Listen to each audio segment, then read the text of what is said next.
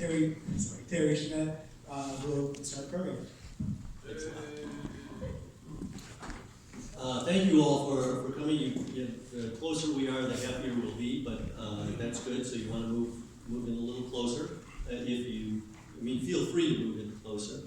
I'm going to explain what we're doing so that you understand why you have things in front of you like pens and a card and a bio sheet. This is an effort for us to get to know about each other's religions. And so tonight we have invited and been invited to invite a Christian, a Jew, and a Muslim here together to talk and share with you. We have, if you look at the sign there, we have 9 different religions. We could just as easily have presented a panel tonight with a Hindu, a Baha'i, and a Jain, or a Unitarian, and I'm going to forget all my other religions. And you get the idea. We could have presented other religions here, but this is what was requested, and we're happy to provide that. You're the ones that are going to ask the questions. I'm going to start with one question, but you are all going to ask the questions, and the way that we want you to ask the questions is by writing them out on that card that's in front of you. And then you raise your card in the air, and we have wonderful people who will come around and grab them from you so that they're brought up here, and we organize them, and I deliver them to our panelists. Another of the sheets in front of you are biographies of Father Mike Dolan, Rabbi Randall Konigsburg, and Ahmet Caglar, so that we don't have to spend a lot of time introducing, and you get a little bit larger background into them than we would do if we were introducing them now. But you have that, you can take that with you. I do want to take just a little bit of time to explain why we're doing what we're doing. This effort is an outgrowth of efforts that CCIU have been working on for nearly 5 years now to promote understanding of other people's religions by having these kinds of forums.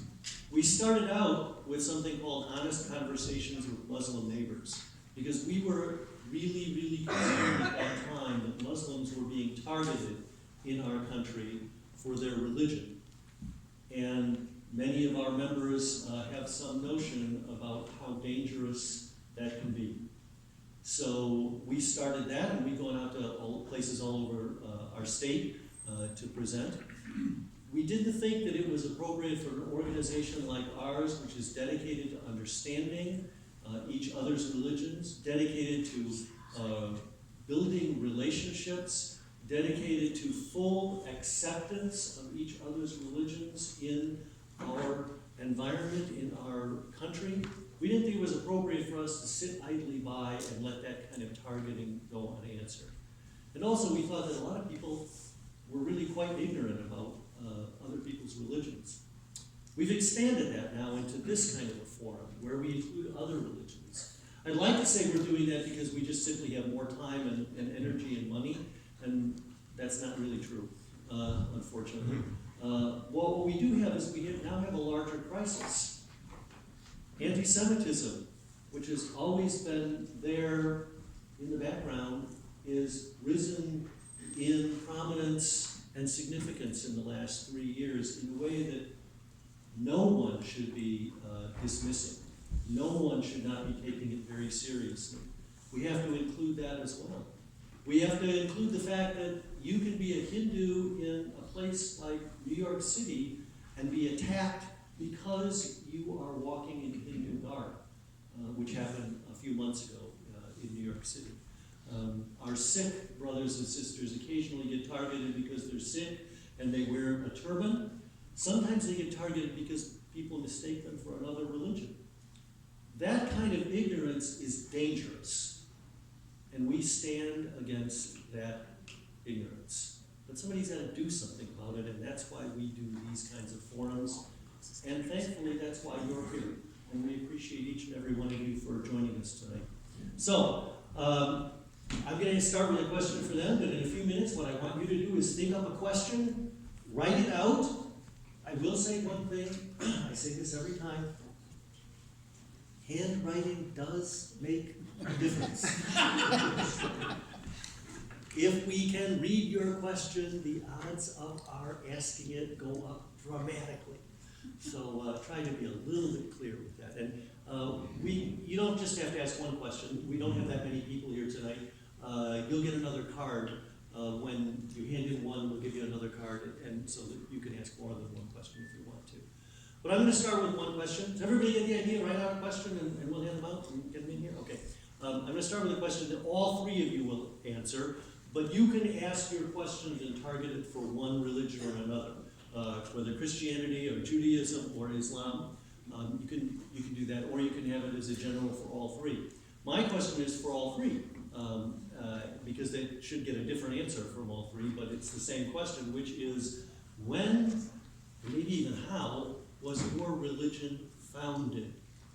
We'll start with Mike and just go down. I'm not going to go chronologically, I'm just going to go this way. I would say from the beginning of time in the mind of God, but to narrow it down, instead I'll say 33 AD, Pentecost Sunday, the coming of the Holy Spirit. I don't know what time that afternoon, but that's when it started. So, you're assuming that everybody here knows what Pentecost Sunday was. Pentecost was a Jewish festival. Christians were very good at baptizing and in that round.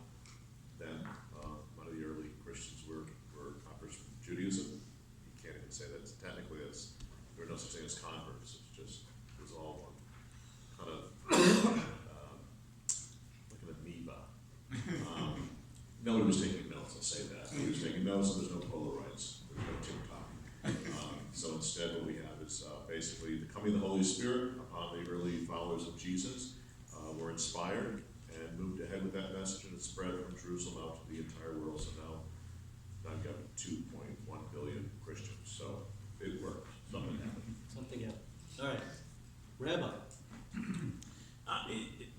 There really is no one day that Judaism started.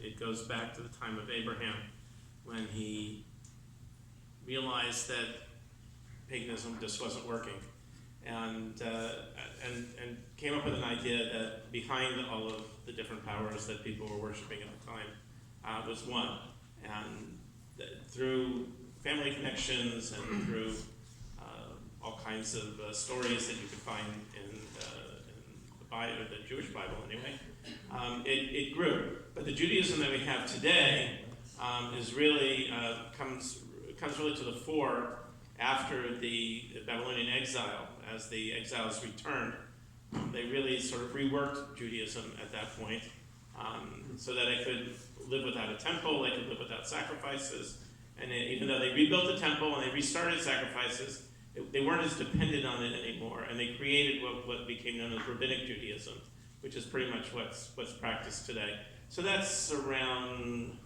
I'm not sure I even have a good date for that. It would be around 165 or something before the Common Era. So, but that's when it began. But like everything else, and historically you'll find this is always true. There's never a one-day thing when it suddenly happens. Things develop in history over time, and somewhere over the next couple centuries, it's solidified into pretty much into the state that we and the religion that we have today. All right, excellent. Ahmet. So that 165, is it around Moses' time? No, much after that, around Ezra's time. Because 2,000 plus 1,000 is like 3,000 years, right? Which is 500. Between 2,000 and 3,000 years, yeah. Okay. Yeah, I am always surprised when I see the Jewish years, like thousands of years. When you enter the synagogue, like 5,000 what right now? 5,000, yeah. 5,700. That's amazing. Hello, my name is Ahmet. And I thank you for organizing this. I know there is a lot of work going on behind the scene that we don't know. May God bless you, whoever done this, worked this, and hosting us. And I apologize not coming here sooner. I always wanted to come, but It didn't happen. It's my mistake. It's what I'm hearing was maybe partially. Please, I apologize. Please forgive me for this. My prejudices to stop me coming here before. So the question is when it is very similar answer. So the Quran, which is the central text for Islam, takes the Abraham as a nation, founding father, Millet Abu Ibrahim. We are the nation following Ibrahim, which is he who started the one God. However, from the Islamic perspective, we see Jesus, Moses, Ibrahim, Noah, Adam is a Muslim prophet from our perspective. We say this is the creation created by God and sent by God. We say Allah, and it's just a different language. It's not a different God. Some people, just to make it clear, we all have one God who created all of us. We are all connected in a way,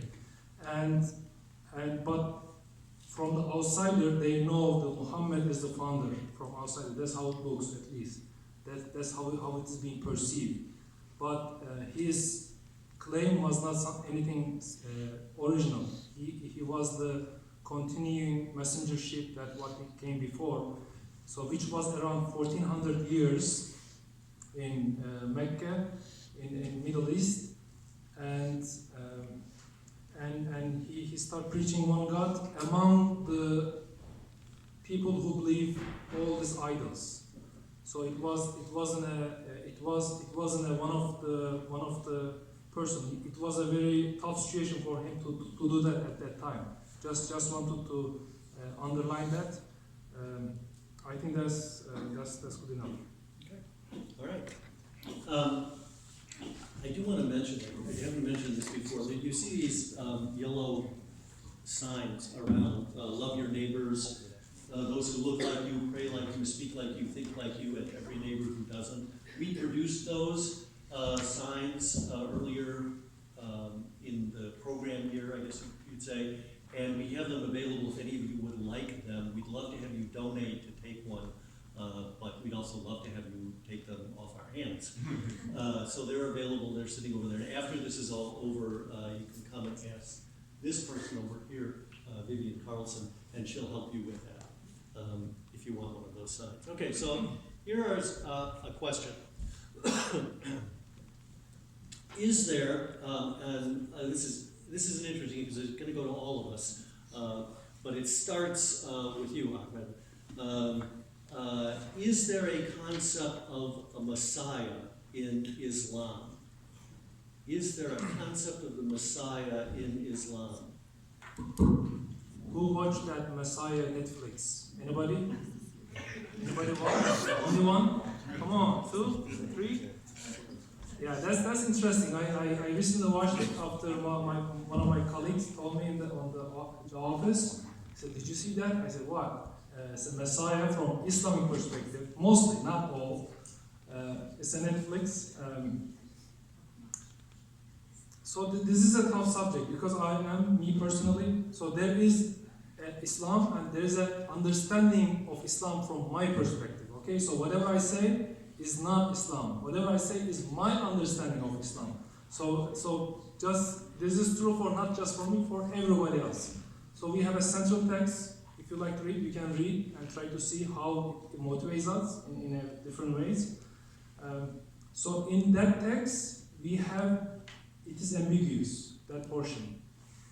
However, in the following text, which is the sayings of the prophets or the tradition of the prophets, so we have a standard definition of this explanation. When you move like 200 years later, you get a higher definition of this Messiah. So it is being developed over time from my reading of the history. But Jesus is it's a tough subject to speak Jesus in the Jewish house of worship. I do feel that pressure on me. You probably won't be the only one. I know. Well, Jesus was Jewish, so this is a good news. So he is a very interesting person. I'm talking about from the Islamic perspective, and it is being believed to be the person who will fulfill this, and it is being called Messiah. So Messiah in Arabic, it comes from the mes, maybe probably same with the Hebrew, maybe root. So whichever is touched by, it is called mes. So God sent His word through angel to His mother and touched by it. So that's how he was born. So this is one of the explanations why it is being called Messiah in the Quran. I believe 2 times or more, a couple more times. So it is being that Jesus is the one who did this. So is He coming back? This is where things get more ambiguous. But today, most Muslims believe that He will come back and fulfill. I'm talking about tradition. I'm not talking about the original understanding. So the religion is being evolved over the years. By the way, this is really tough for me to say because most Muslims don't accept this. So I'm talking about from a single person who reads this from the critical mind. Most Muslims believe that they are following the original, just what was 1400 years ago, which I totally respect because they do spend a lot of time just to fulfill this statement. So may God bless them and accept their prayers. But most of them, especially those who are Sufi, they believe that Messiah, Jesus, will come, follow the teaching of all the messengers, and stop the bloodshed, bring the peace, unite the believers, and after that, it gets a little bit more interesting. Everything will go south. It will turn bad after he disappears, and he's coming to Syria. There's a lot of description, like that's why in that movie they take it all this from the narrations. He's coming to Syria. Syria is going through super horrible times. Then coming to Jerusalem. But Netflix bring the American Messiah, so he bring America here, that Messiah, to make it more American audience, to relatable. So he's coming to Texas from the Bible Belt. Coming talking to the president, telling them like you gotta follow the Bible. So, all right, you make a good point. I'm going to follow up with so that everybody gets to say something about the concept of Messiah, because the question follows up with that. But you make a point that really is important. That you are one individual, and there's 1.6 billion Muslims in Europe, more than that, right? So the point is that you're talking from your perspective, and that's perfectly okay. That's also true of Rabbi and Father, although it's a little dicier with you. But even so, there are a multiplicity of Christianities, there are a multiplicity of Judaisms, and there are individuals within them that all have perspectives, and you're telling your perspective on it, and that's perfectly okay. No apologies necessary for that. But we do need to nobody should walk away from tonight's event thinking, oh, that was Islam, period. Or that was Judaism, period. Or that is Christianity, period. I can assure you, Michael and I could get into a nice argument about Christianity if you want us to. That wouldn't be hard. All right, so let's talk about that idea about the Messiah from all of your perspectives, because there's a follow-up question that says, what is the purpose of the Messiah from a Christian perspective? What is the Messiah's purpose from a Christian perspective, from a Jewish perspective, from an Islamic perspective? I think that's a great question. What's the purpose? Michael, give it a shot. So the meaning of life, We would And say you've got the study of the end. 45 seconds. Okay, the study of the end times, we would call eschatology, so we're waiting as Christians, as Catholic Christians, for the eschaton, the return of Jesus, the second coming. And we would say our goal is to usher in the completion of the end of history, the end of time, and our goal as Christians is to see the face of God. We believe God is revealed to us in the divine scriptures as the Trinity, Father, Son, and Holy Spirit. So we would say our goal is to look at the beatific vision, to look at God's face constantly revealing for all eternity before us, and it's better than Netflix. So I'm looking forward to it. Rabbi? I can sort of answer the two of those sort of in one time, because Judaism as a faith divides itself into two pieces. One is what's going on now, and the other piece of it is where do we want to end up. And Judaism sees Messianic times, eschatology, as where we want to end up, as a time of peace. They see it as a time when people get along with each other. They see it as a time when conflicts and discussions and arguments will be resolved, and they see it as a time when people will be unified, and it'll be people that really understand what it means to be human, what it means to be to live together in peace. And also, it's a time when it's, as one of my teachers says, the time of the death of death, when death is no longer something that creates an endpoint and a fear inside of humanity as well. The question is, of course, how do you get there? And the Messiah itself is really just a symbol of that time, sort of a leadership of that time out in the future. And the work of Judaism today is to help get us from here to there. Interesting. Okay. Ahmed, do you think you've said enough about Islamic messianism, or do you have more to add in terms of the purpose of it? Because you kind of talked about peace. So the just to add some flavor on this topic, for those who want something to be nice happen. So those who are waiting for Messiah, they want a better life than they have at the moment. So they are waiting someone to come and upgrade their life. And suddenly everything is better. And every time I tell my brothers and sisters, why we have to wait for someone? Let's do it. Honestly, let's do it. Like, why we have to wait someone? Like, why we have to wait someone to come and rescue us? God gave you enough encouragement, power, will. We can do it today, right now. I've seen a lot of changes.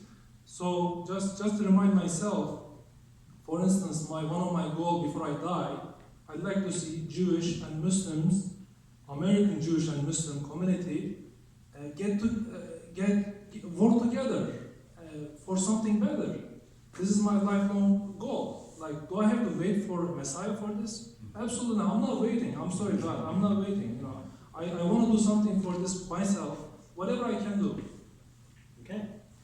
All right. So that was pretty heavy-duty theology for us. So we're now going to pop culture from that. This question asks, what would you say has been the best and the worst media portrayal of your religion? You all get to weigh in on this one. Who's got a best or worst media portrayal of your religion? So what is media portrayal? Movie, television show, probably those would be the two biggest things. Is there? So. Yeah, I can go. Okay, good. So there is some research on this, that Muslims and Arab people being portrayed in a negative way.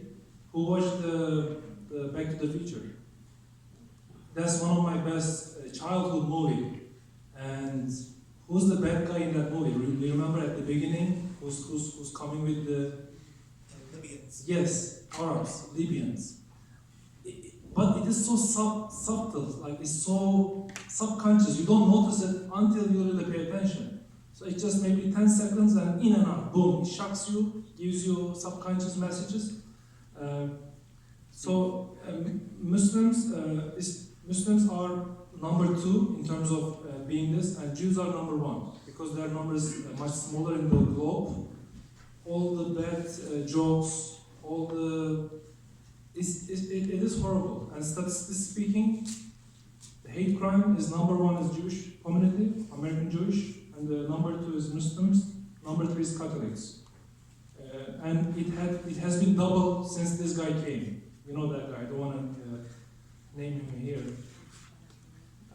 So the movie, a lot of movies. So I'm Turkish also, and every time I met with someone, they say, "You watched that Express? What was the Express? Midnight Express. Yeah, Midnight Express." They think everybody who goes to Turkey end up in prison, and I told them that's not the case. They think it's a lot of so. The best movie, PBS. which one? PBS documentary is very good. Documentaries are more fair, but yeah, it is. I don't remember. It's just maybe some documentaries, but there is almost none. The message is also very positive. Right. But the reason for this, I'm not blaming media. I'm blaming myself and you, because we like to, if here at the university, what they teach to the journalism 101, if dogs bite a man, is it worth the news? No, because dog bites a man every day. If man bites a dog, you put on the front page. This is a word of news because people like to read and hear about how a man can bite a dog. So this is us who buys this. We have to stop doing this. I don't know. I don't have the solution yet. I don't have TV at home. So protesting this kind of. But we are the one who buys this because as a result they sell us every day. So we have to fix this. Hopefully. All right. How about you other two? Can you think of a good movie about Judaism? A good movie about Catholicism? I can think of a few bad ones. Oh, yeah, those bad ones. Two folks. We watched Angels and Demons one time with a professor of architecture who studied Rome. We tore it to shreds. We had a great time. The lawyer that was in the room said, "This is wonderful. We should do this for all the movies." But the most recent one, I would say, The Two Popes, is 80% quotations from Benedict and Francis, and it's very well done. The ending is kind of like, okay, that's ridiculous. But it's you can admire both. I had to study both in depth. But worse, like every sitcom portrays every Catholic priest in a horrible way, and I wince all the time.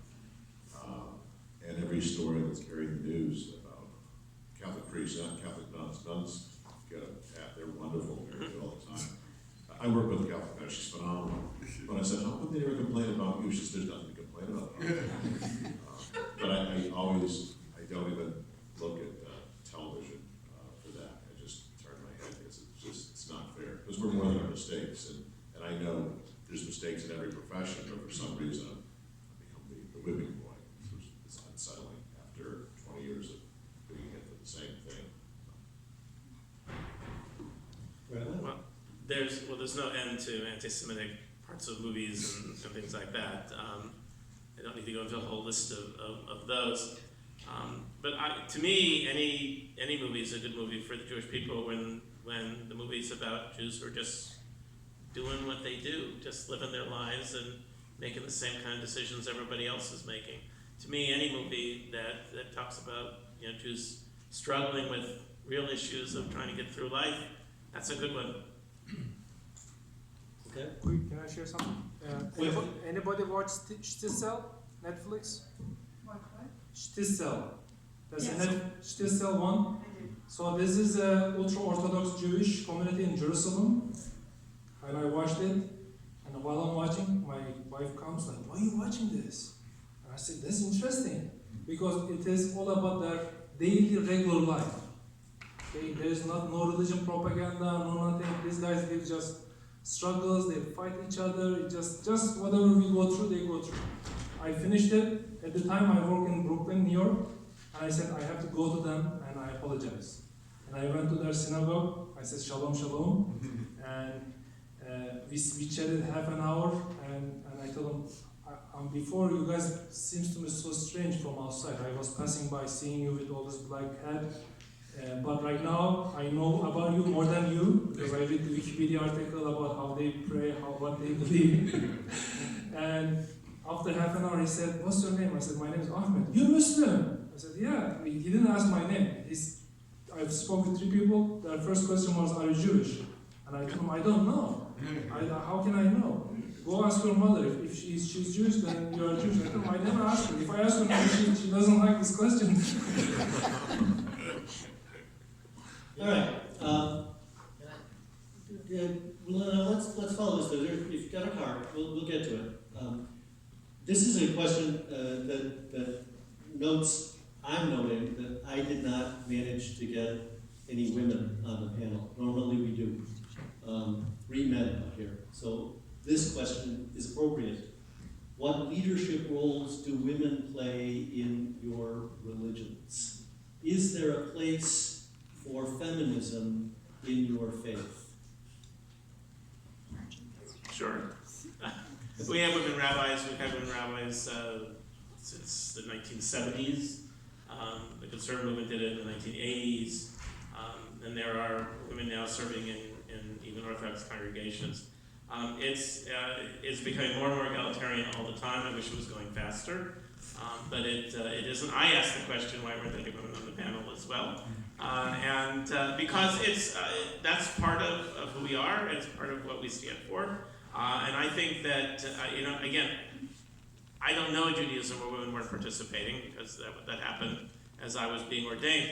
So, to me, Judaism has been far richer because of the role that women have played in it.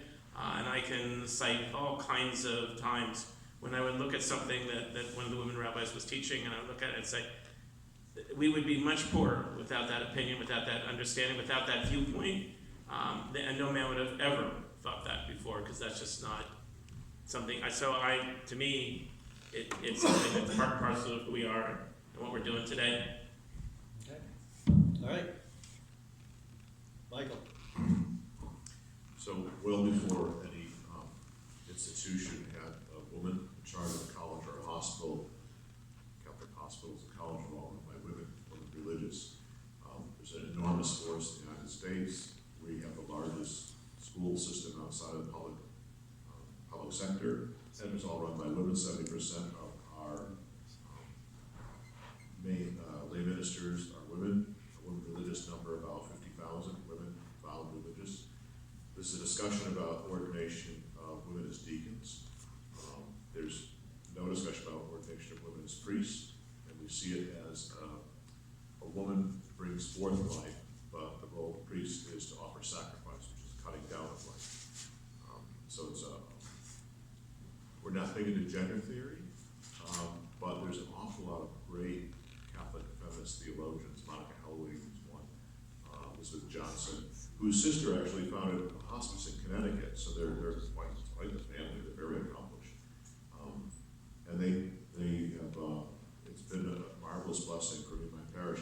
The pastoral associate for me is really the pastor. She calls me up and says, "Father, go see so-and-so." I say, "Yes, sister." So she's really the boss, but supposedly I'm the boss, but I don't feel that way. I wish I was the boss.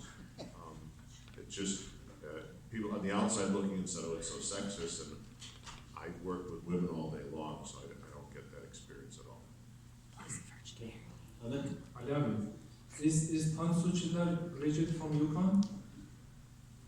He is a UCONN PhD. She's a UCONN PhD. So we have a UCONN PhD, a Turkish Muslim person. She also studied at Yale and became a prime minister, which is the most powerful person in the country.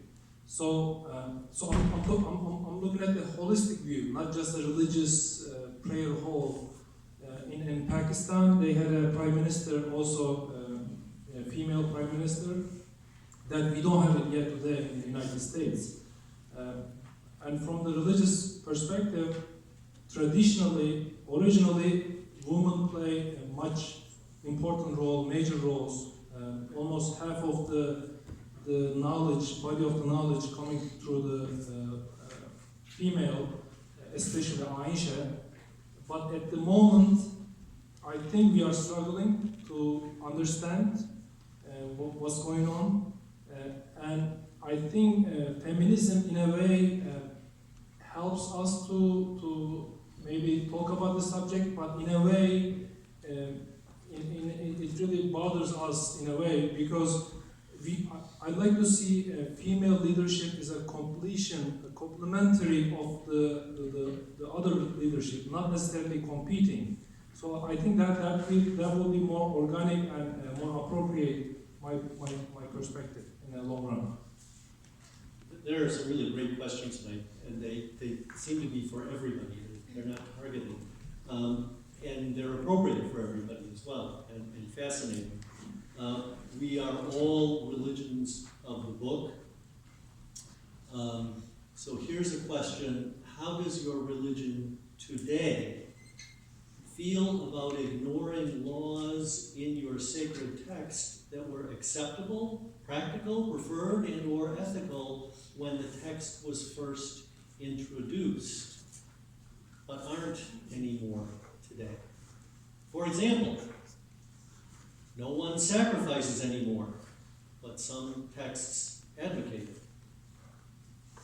That's not 100% true, but it's close enough. So, anybody want to take about that? How do you deal with those issues?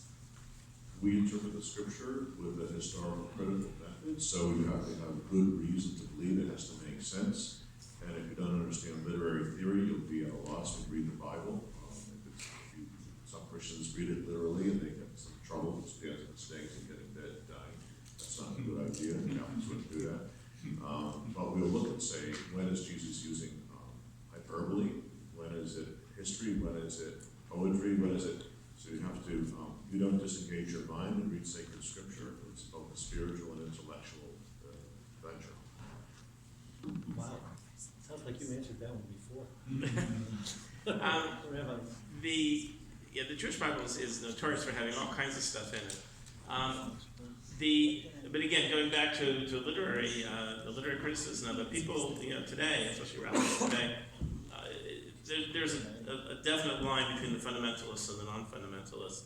And in the non-fundamentalist approach, which is where I land, it basically says that these books were put together over time, and divinity came into them over time, and then the holy books because they've stood that test of time.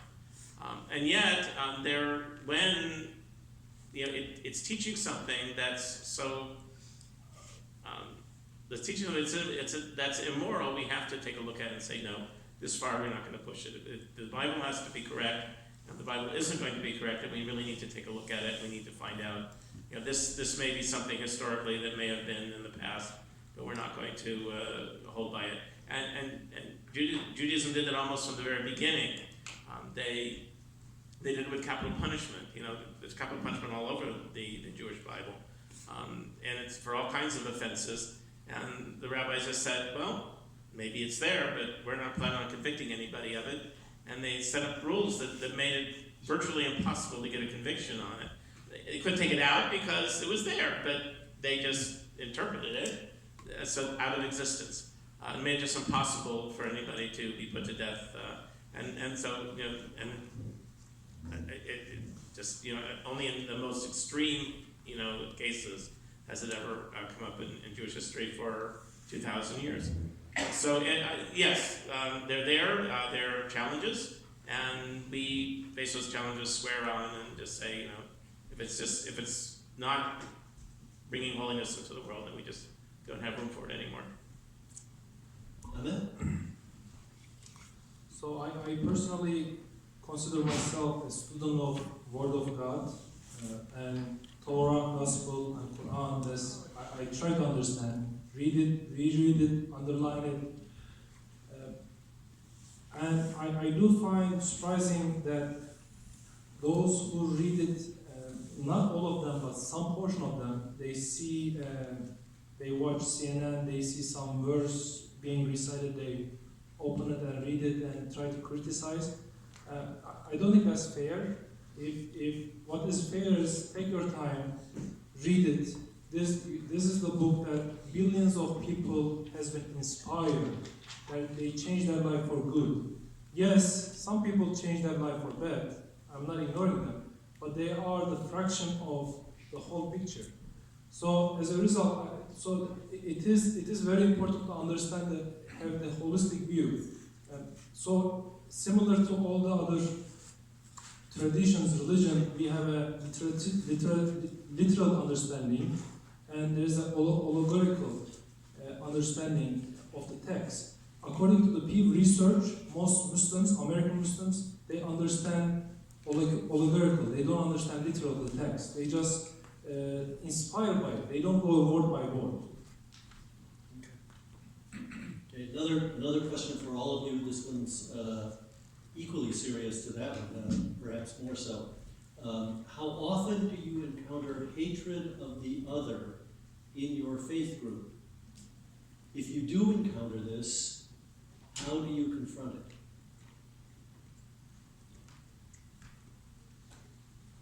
Thankfully, not frequently, but it's always the same people. They're mad about everything. I wonder what happened in life, and so I always pray for that because they're really quite upset. I put out a letter from the United States Conference of Catholic Bishops about Judaism and Islam. And sure enough, she comes charging down the aisle. She read it. She was mad again. She's always mad at me. I don't know what it is. But, and she didn't even read it, but I can't believe you're trying to make these people look good after all they've done. And I told her, so I've been a student of Islam well before 9/11. And that was when Muslims were all National Geographic. And that was all. That's all I knew about it. You know, it was really interesting. And I was made fun of by other clergy for studying Islam, because that's a waste of time. You're not going to need that. I thought that's ignorant. And then after that happened, I got asked to be on all these panels with people that know anything about it. They still don't know enough about it. It's wonderful. Culture by culture is fascinating too. Just like Judaism, I was in a synagogue in Ireland. It was just terrific. They have great accents there. So the more you can learn, it is, when you confront it, I haven't been able to dispel hatred, at least in those two parishioners that, and they come to daily mass. I try and run out the door very quickly, but I don't know what it is. I think mental illness is also an issue when it comes to that, because it's like a fixation. It's very sad. Okay. All right. Rabbi?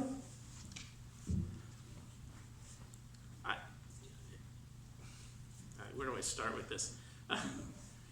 You want a short answer too, Gee? Yeah. You're so demanding. When I was a student, I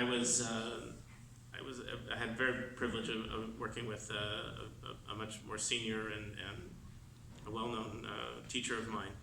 And he told us a story that when he was a student, he knew a rabbi who had come through the Holocaust, had come through World War II, and been through a concentration camp and survived it, came to this country and was a teacher, and he was this rabbi's teacher.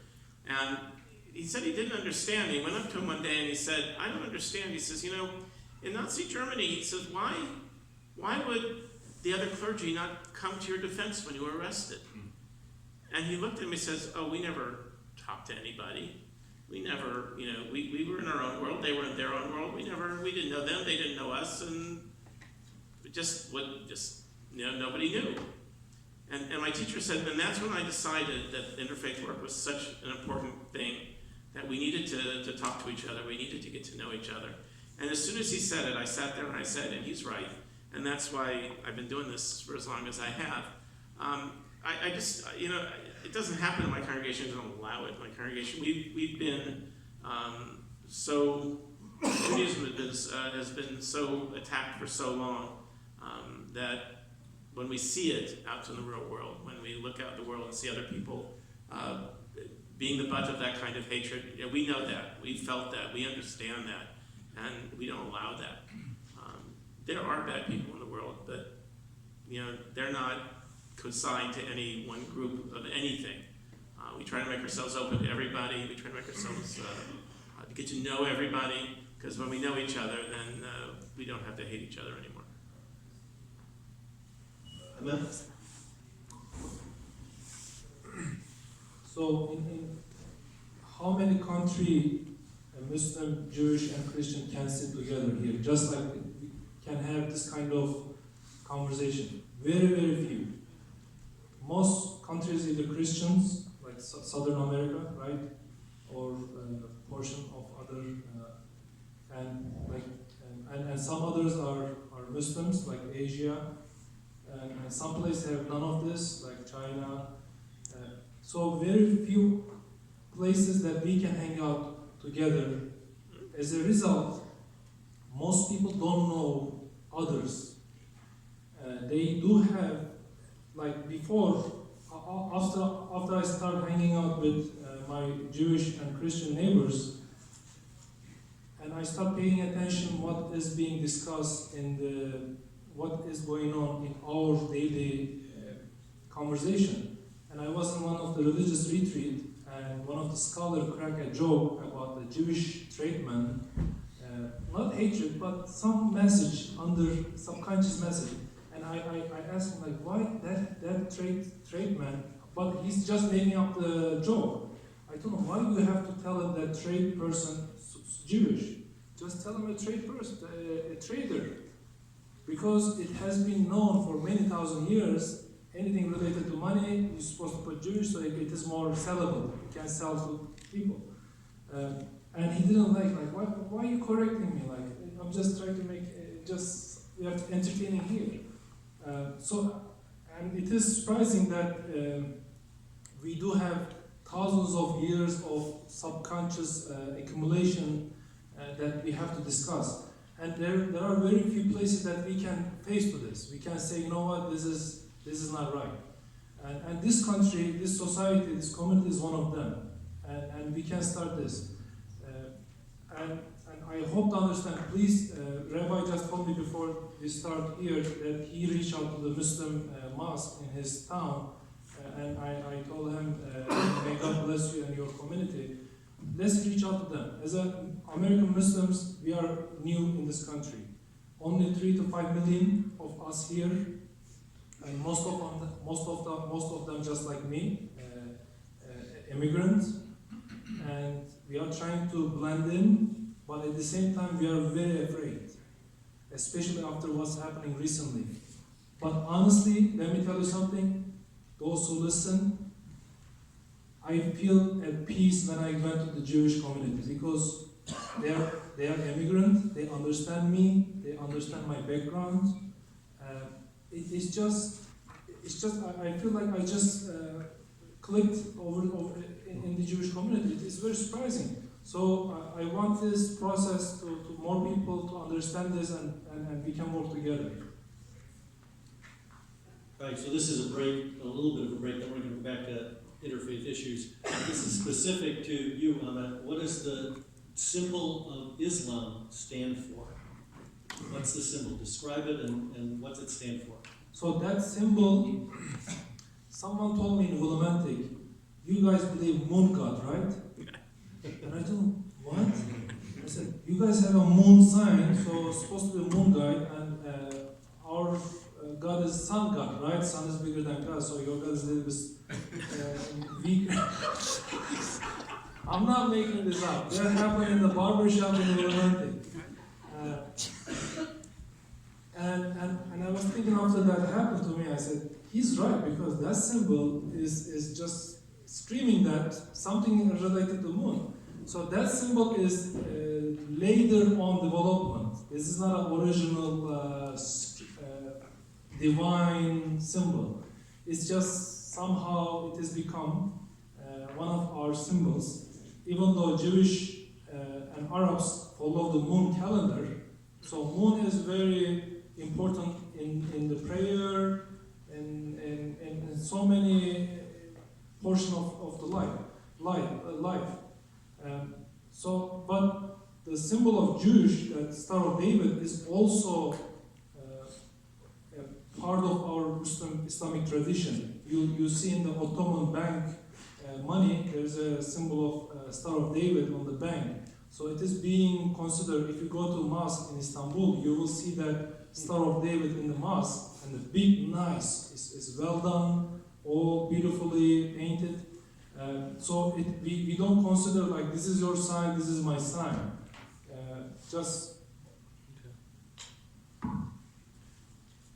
So here's a question for all of us, for each one of you. What are your religion's perspective on interfaith marriage? I know in your bio you have worked with couples. So why don't you start? Do you want to tell stories about marriage? I've done, I'm the director of interreligious affairs for the Archdiocese of Hartford. So anytime a priest gets, there's a billion Catholics in the world, but they're not attracted to these people. So they find someone really exotic and it sends the grandmothers into orbit. And so I've done Muslim Catholic, Hindu Catholic, Jain Catholic, Jewish Catholic, anything Catholic. I do all the dash wedding, which is lots and lots of paperwork. Perspective is that, so we call marriage as a sacrament, and you're supposed to marry a nice Catholic boy, nice Catholic girl. If you don't, then if you marry a nice Christian who's baptized, we call that a mixed marriage, because it's just a different, not a completely different set of beliefs, but it's not Catholic. So if it's outside of that, then it's called a disparity in cult. It's different cult, different set of beliefs altogether. So how do you do that? If you do a Hindu wedding, it goes on for like 3 days, and the Polish mother of the bride is crying and crying. She has a dot in her head. She doesn't know why. Everyone's running around, and you're trying to explain everything and educate them, and it's fascinating, and it's really wonderful. I did a Muslim Catholic marriage, which was really an Albanian Catholic marriage, and the Catholic bride was Filipino, so Filipinos will have a pig roast. And I said, you can't do that. The Muslims don't eat pork. And my daughter of mine is coming back from a pig roast. So we went there, and who ate the Albanian Muslims. And we never got near the Filipinos, never got near it. So we're open. It's a lot of paperwork. It's a lot of dialogue. The sad part is an 8% rate of divorce. And all those weddings I did have been all divorced, because I've done all their annulments as well. But I would say it's probably cultural, not so much religious, because none of those Catholics or the other religions knew their religion at all. They couldn't tell me what Islam or Hinduism or Judaism, they couldn't tell what it was. So it's secular people coming together saying, wouldn't it be nice? And they always get married at the beach. We don't get married at the beach. Wow. Just that. That's okay. Rabbi? We also similarly realize that part of the problem that comes with interfaith marriages is that people think that faith is a very small part of what marriage is all about, and it's actually a very large part. That's why I think that for a long time, religion was very much in the wedding business, because it spoke to all kinds of cultural, religious, and faith issues that were important in terms of stability of families. I've not done an interfaith marriage. It's not something that I've done. Well, I'm lucky or not lucky, but I've not done it because a Jewish wedding ceremony just wouldn't make any sense. It's designed, for a marriage between two Jews, and one of the things that the rabbis are looking at now is there an alternative to that service that could be used for something that would relate to interfaith. I don't know what the status is. There's a lot of talk going on now, but when you've been around 3,000 years, what's another 100 years or so, among friends? Don't take their time. But I don't know. I mean, I just don't know where it's going to go. Because it just doesn't make any sense. We live in a country, thank God, where you can do a secular wedding, and there are people who do secular weddings, where there's no religion involved. But if they ask me, I generally say the first thing that you really need to do is to really sit down and talk about it, because they do. Their families that do interfaith marriages often, and not all the time, and sometimes they work. Whatever the issues are, they work them out, and sometimes they don't have the issues because they went ahead and worked them out in the beginning. But the saddest saddest story I ever had, I shouldn't say the saddest, it's not true. But one of the sad stories that I had was, a kid who came in one day and said, if I go to church, will that make my mom unhappy? And if I go to synagogue, will that make my dad unhappy? How am I supposed to choose? And I, what am I going to tell them? I said, they said you're going to have to figure it out. So someday you're going to have to figure it out. But it's putting the children in an impossible situation. It puts parents in an impossible situation. It puts couples in very difficult situations, mostly because they don't really sit down and talk about it ahead of time. If, and most of the books and most of the people who are very involved in working with interfaith groups, one of the things they say over and over and over again is these are important issues.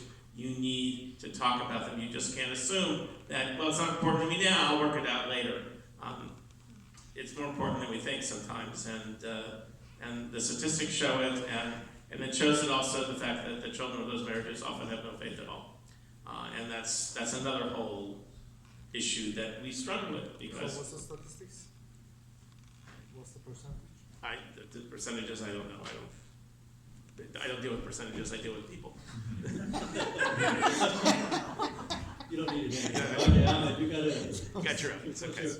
What's your perspective on, what do you think Islam and... So love is universal. One of my close friend, a member of Islamic Center here, engaged Jewish lady, UCONN graduate. They both met here, and it is perfectly permissible in Islam to marry people of the book, which is Jewish and Christian people. They have a special status in Islam, and I totally agree on you. Also, we have another member in Willimantic. Father is Muslim, mother is Jewish, and the son asked me, Mas, same question. Like I feel that portion of me is Muslim and portion of me Jewish. And I told him, you are Muslim Jewish then, just that's the solution. It is tough, but we have to figure this out. This is a reality. It's happening every day. Ignoring and rejecting may not be the solution. And maybe we are a little bit harsh on this. That's why maybe kids are really turning away from the religion altogether. Maybe we have to be more acceptable, more accepting them, their unique position, situation. So this is something that we have to really solve, hopefully, within our lifetime. Can I add one? Traditionally, it's only one way, though. In the Islamic tradition, right. Muslim men can marry Christians and Jews. Let me say that. So mainstream understanding of this, you can marry with the female, but females cannot marry with the non-Muslims traditionally. This is the mainstream understanding of this. So it works one way, but some people follow it, some people don't. Okay, that is an important addition. That is historical. All right, so here's a question, mostly to you, Michael. Why are conversion or missionary efforts a main emphasis for so many Christian religions? Especially considering, this is somebody who's obviously taken a sociology or a history course. Especially considering the many negative effects of colonialism with the purpose of spreading religion that we have seen throughout history. And then it goes on, Rabbi, you get your part later. And why does this not seem to be a big emphasis in Judaism? So,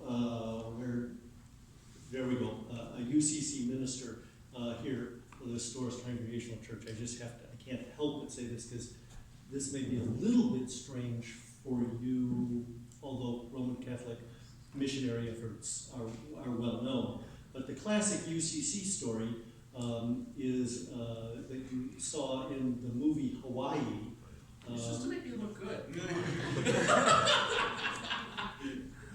Was the missionaries from the Congregationalist Church went to Hawaii And the story, the catchphrase is, they went to do good, and they wound up doing well. Because they founded Castle and Cook, a major company that produces canned fruit. They found pineapples. They made a fortune, all because of UCC missionaries. So,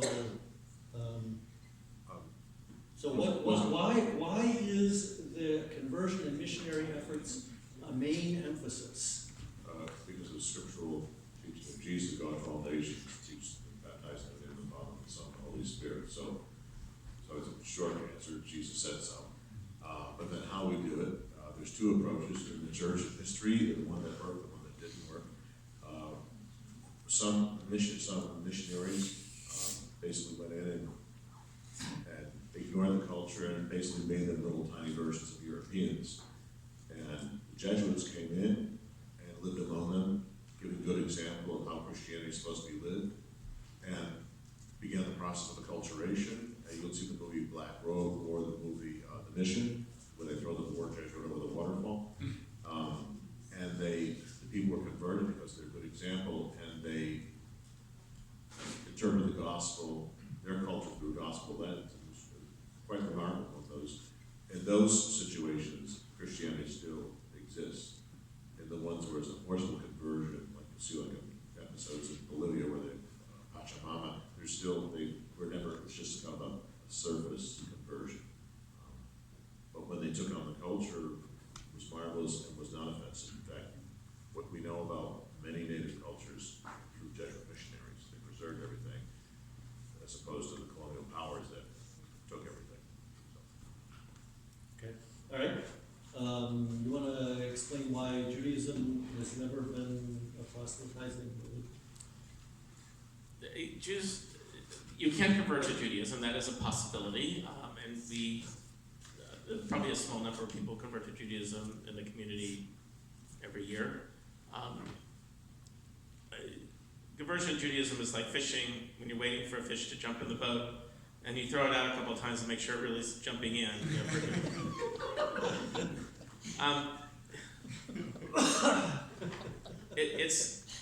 Judaism is not that evangelical. If you want to be Jewish, you can be Jewish. There really is, Judaism really doesn't accept any reason to become Jewish other than you like it and you want to practice it. The trick in Judaism, and the difficult part of converting to Judaism is mostly that once you convert to Judaism, Judaism does not recognize conversion out. So we're really, really fussy that before anybody can come in, they really, really have to understand what Judaism is about. You just can't do it just because you want to. It's not something you can do easily. You have to really understand it, and one of the things we do is we test them to make sure that they fully understand what they're getting into, because any lesson that would be fraud. Any lesson get you into something you can't get out of without you fully understanding what you're getting into.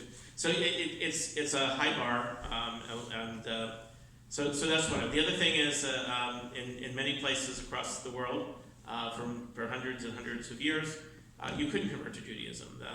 Whatever the local majority religion was would forbid it, and so people who converted to Judaism could literally lose their life, and we didn't want to participate in that.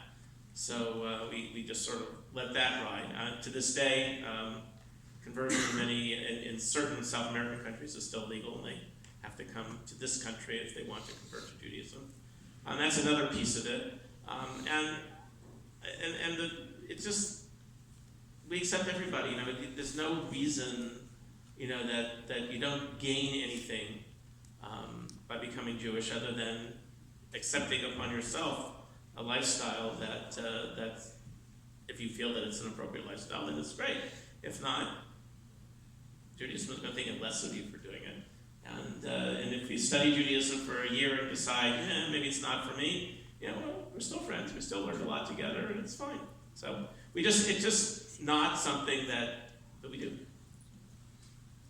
I'd like to explore that concept of you won't let somebody out once they convert. I'd love to hear what some of the sanctions are for that. So here's an interesting, all three of you, intriguingly, and we didn't do this intentionally, but it is wonderful, all three of you have backgrounds in interfaith study. You know more about each other's religions than your average persons like yourself. That's So scary. this question, well, it's true. It is very true. So this question is, what do you think is the biggest similarity between Islam, Judaism, and Christianity? Oh, that's easy. That's easy. We first of all, one of the most important things that we all carry is we believe in peace. We believe in that people need to love each other, that we believe that people belong together, that we think that humanity is created in a divine image, and that we're all related to each other, and therefore we all need to be kind to each other. This underlies a huge amount of what's here. The difference we have are theological, we have are some practical interpretations of Scripture, but in the end, we're all looking at the same end game. Anybody want to add to that? That's pretty good. That was really good. Yeah, okay, all right. I'm about to make all of you popes, which is good because two religions don't have popes at all. And the way I'm going to do that is ask this question, because every religion is constantly evolving. What should be changed and what should stay the same in your religion?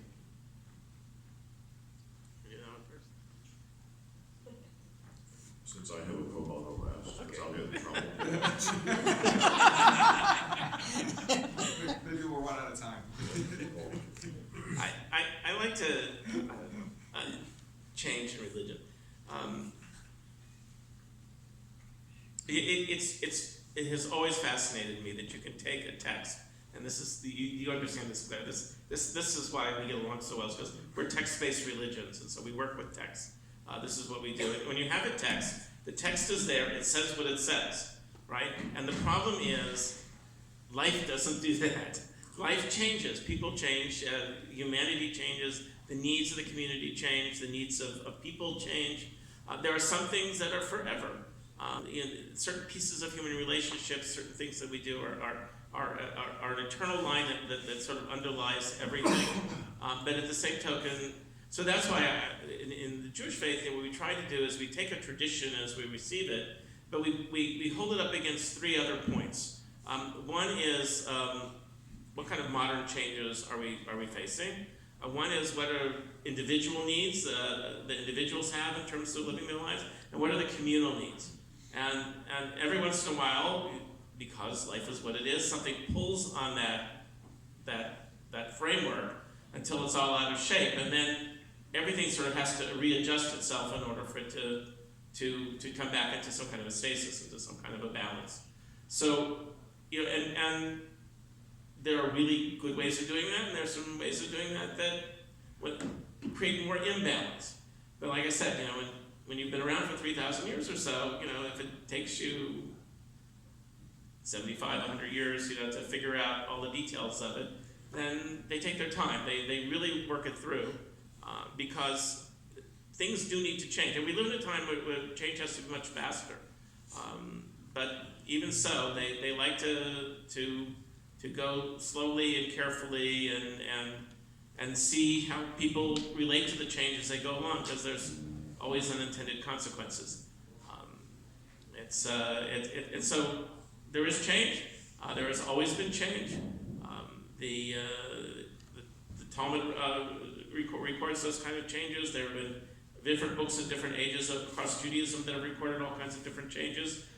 One of the things as a conservative Jew that we like to do is we like to go back over all the history of the different changes that have happened and find the one that most closely resembles where we are now.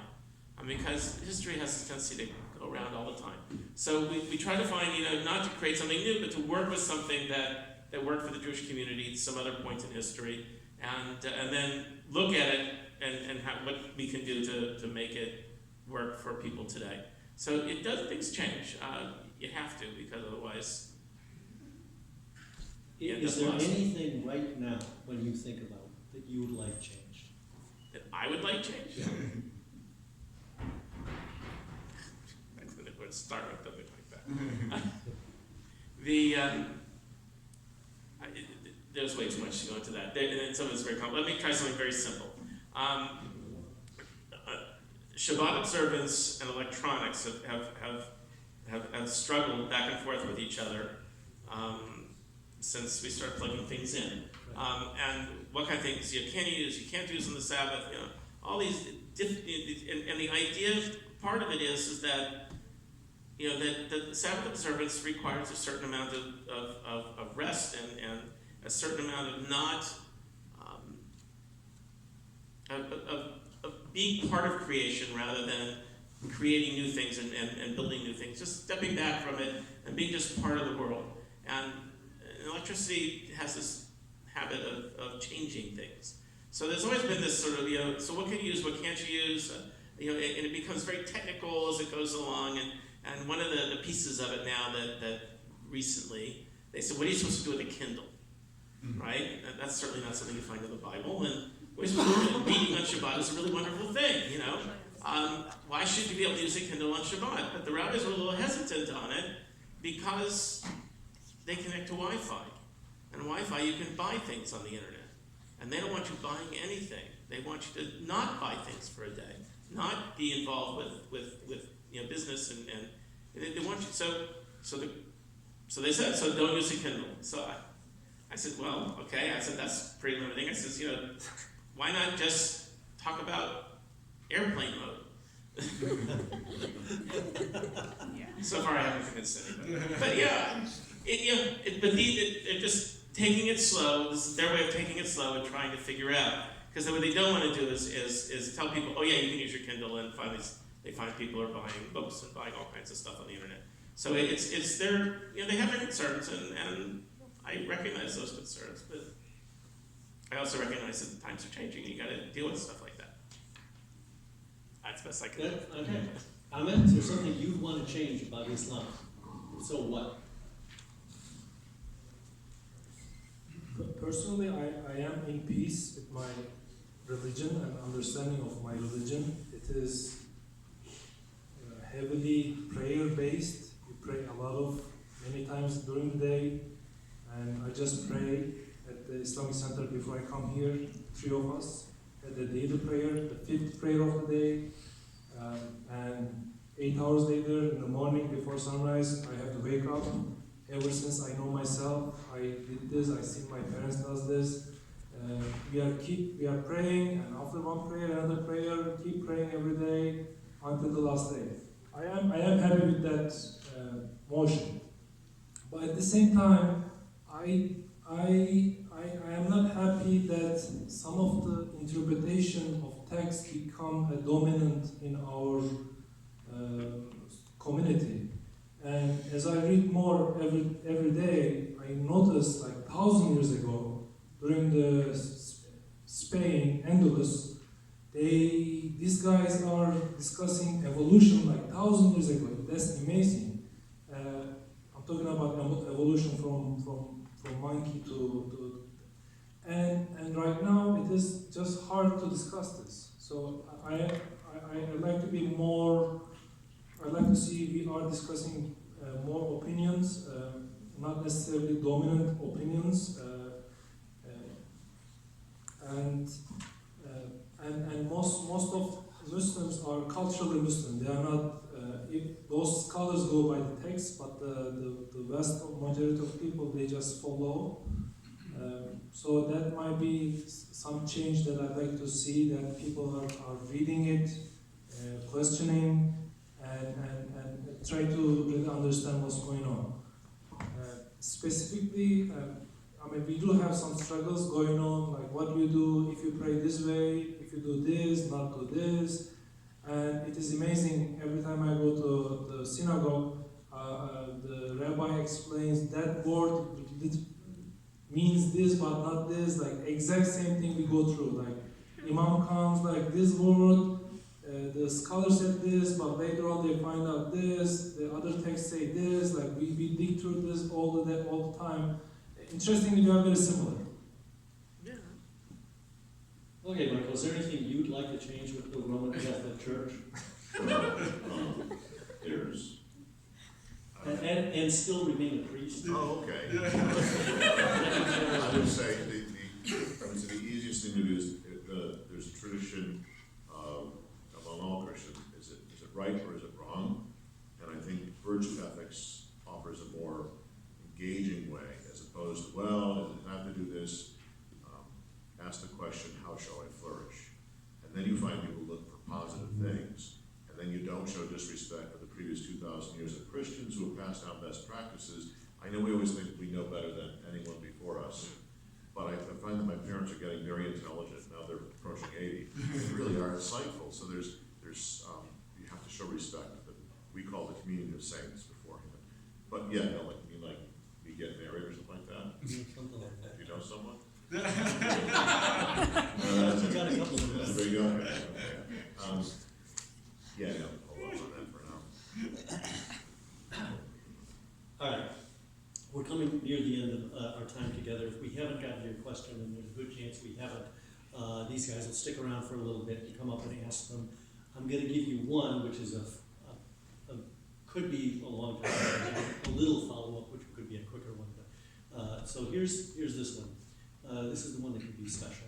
What is a unique gift you feel your religion offers which others could learn from?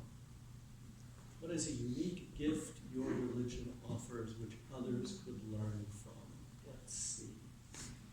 You just got off, so we're going to give you this one to start off with. Oh, okay. Yeah. I think the Catholic imagination, the use of the arts to say, this is like, when you go to Catholic Church, the sanctuary, that's our vision of heaven, and it draws on certainly our Jewish heritage, but also every culture that Catholicism has passed through. And so it's marvelous. If you went to the Metropolitan Museum of Art, they had Heavenly Bodies, the Catholic imagination, which received mixed reviews, but showed that it is the influence of elevating yourself to what is happening, what is paradise. Excellent. Yeah. Judaism has given probably our greatest gift is that the fact that we're all not only just created in the image of God, but that we have to act justly to each other. It's important to love each other and everything, but there needs to be a sense of justice. I think that's the gift of monotheism, actually. That in a pagan world, you could say, well, it's not my fault. The other God made me do it. And here, it's just there is a way to act, and you have a responsibility for yourself to act justly to others. And if we can just get that level of respect, then that's taking us a long way to loving each other too. Ahmet? So there could be more than one answer. I think Quran is a gift, not just for Muslims, but for everybody. I'm not trying to be, this is not a propaganda, because it really combines from our perspective all the previous tradition with respect. There is the Moses is the most mentioned in the Quran. The person who's most mentioned in the Quran is Moses, and I am here in the Jewish place, and he is the central person. Ibrahim is the founding father, so it really unite us in a way. So from that perspective, it is a gift to understand and live together with peace. But at the same time, my understanding, I think, the unique gift, so our perception of God is different, and most people are really not connected with God. Through my understanding of Islam, every time I wake up, I look at the beautiful sun outside, I connected with God. Because my God, the God of all of us, is the creator and doer for everything. He is the ruler of every single atom to the planet. And so in a way, it really, I think this perspective really brings me peace after I understanding that every time, everything I do is being seen, watched, and regulated by God. It is hard to make it short, but I think that understanding is a gift, because I personally feel inner peace when I believe this. Okay, thank you. I want to thank you all for agreeing to do this and for sharing really excellent answers. I really want to thank you guys. These were some really spectacularly good questions that you all came up with tonight. And I didn't get to all of them, and I'm sorry we didn't get to all of them. They're really, really deep, tough, powerful questions, and that was excellent. That was really good. So thank you for coming. Thank you for inviting me.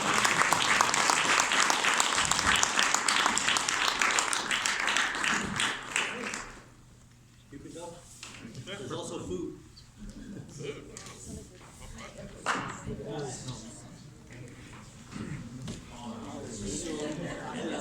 It's a sense of gratitude. Yes, you're right. That's a big piece of it too. It's fun. It's been fun.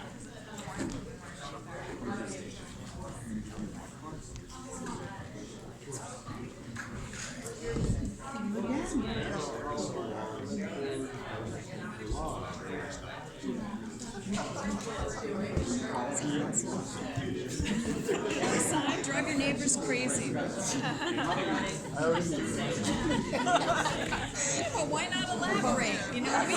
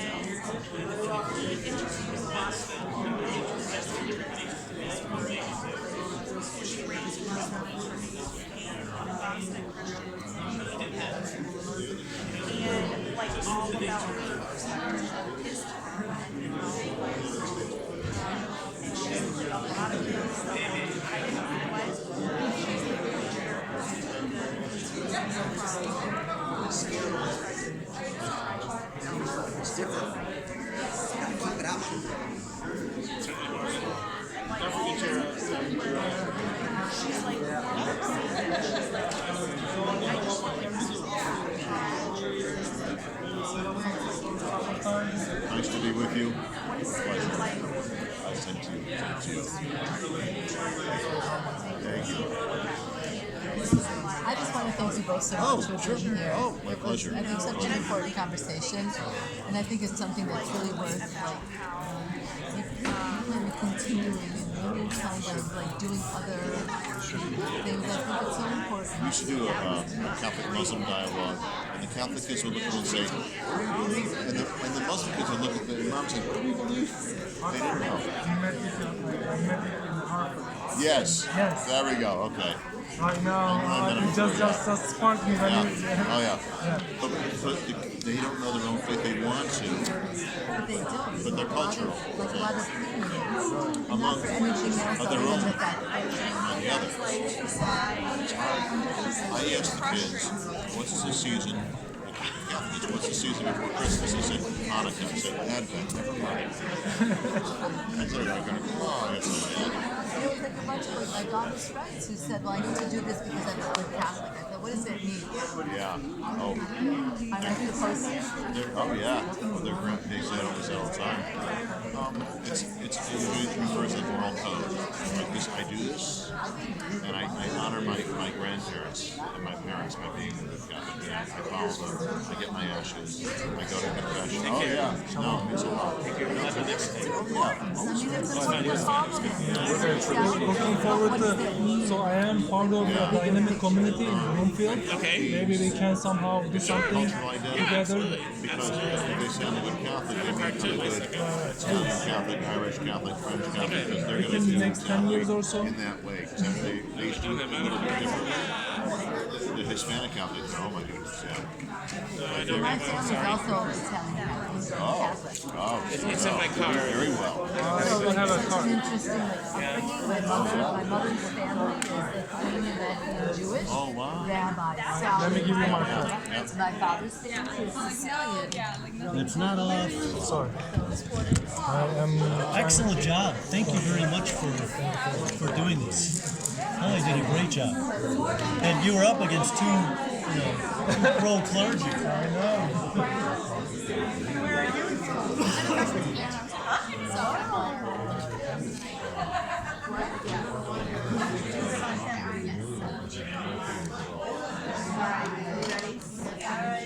Nice to meet you. Yes, I know.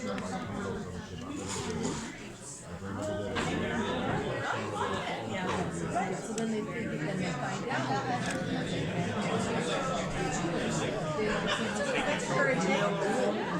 Okay. Spring or fall is the best time. Okay. Great.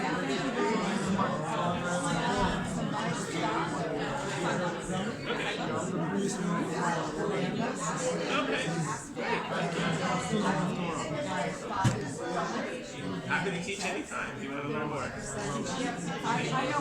there another empty box for him? Yes, there's two.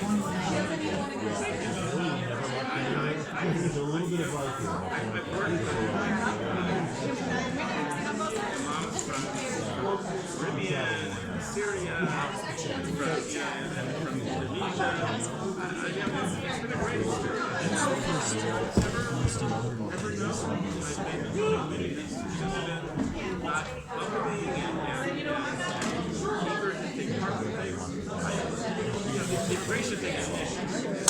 Thanks for your hospitality. in the world we live in now. So great to see you.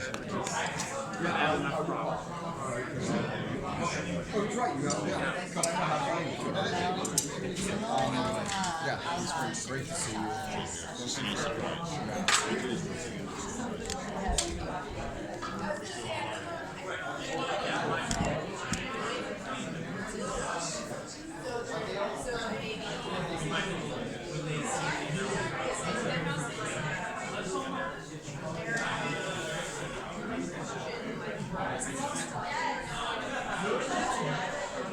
Maybe you take that.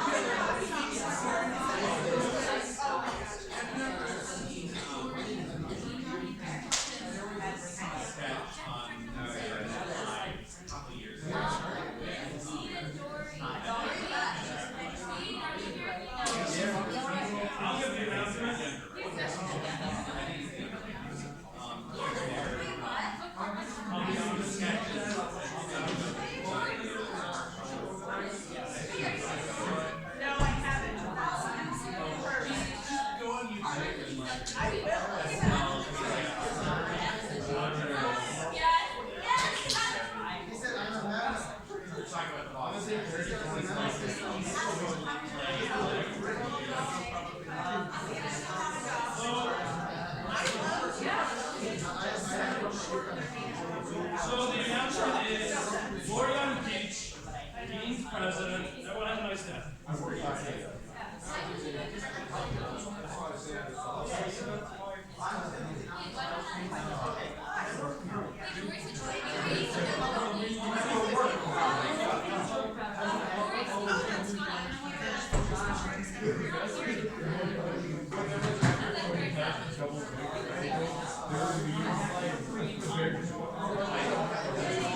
Everyone on board, come here right now so we can have the announcement so everyone speaks up.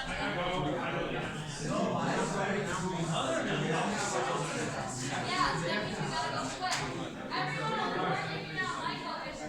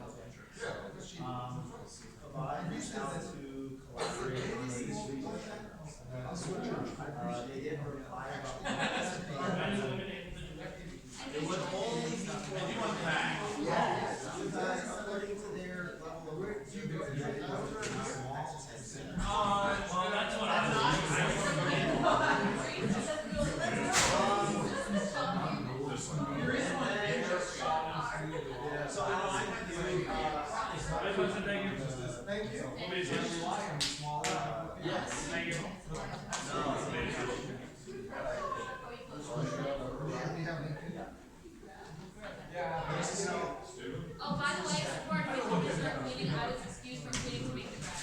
Okay, just that you don't have questions about stuff. I do. I was like, Dean, I can't get really hard.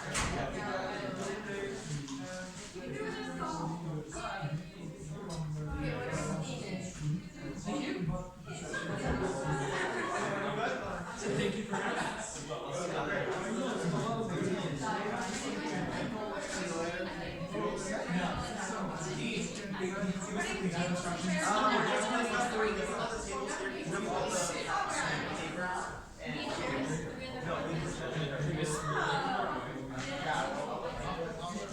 I'm going to big crowd.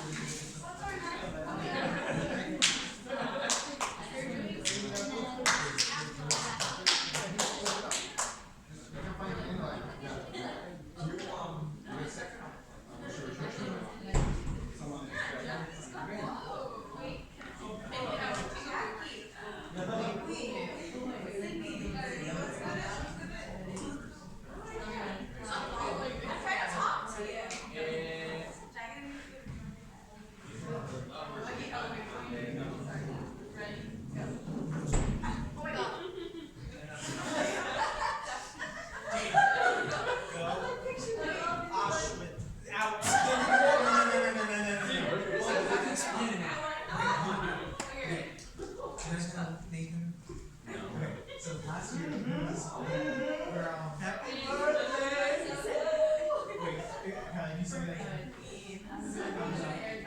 everybody. His name is Nathan, and he was trying to teach me how to Thank you. boss. And these were his exact words.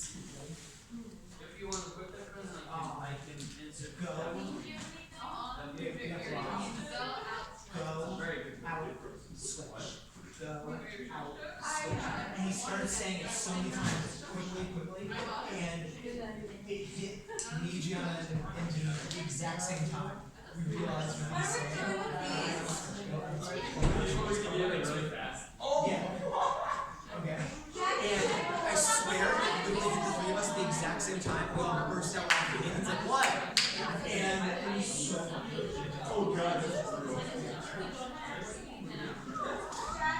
That's really funny. Yeah. That's it.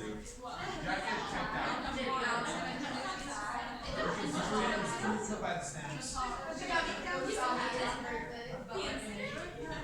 Allison, you should But I wanted to scratch Jackie's birthday. We have to make one of the memes of the bus.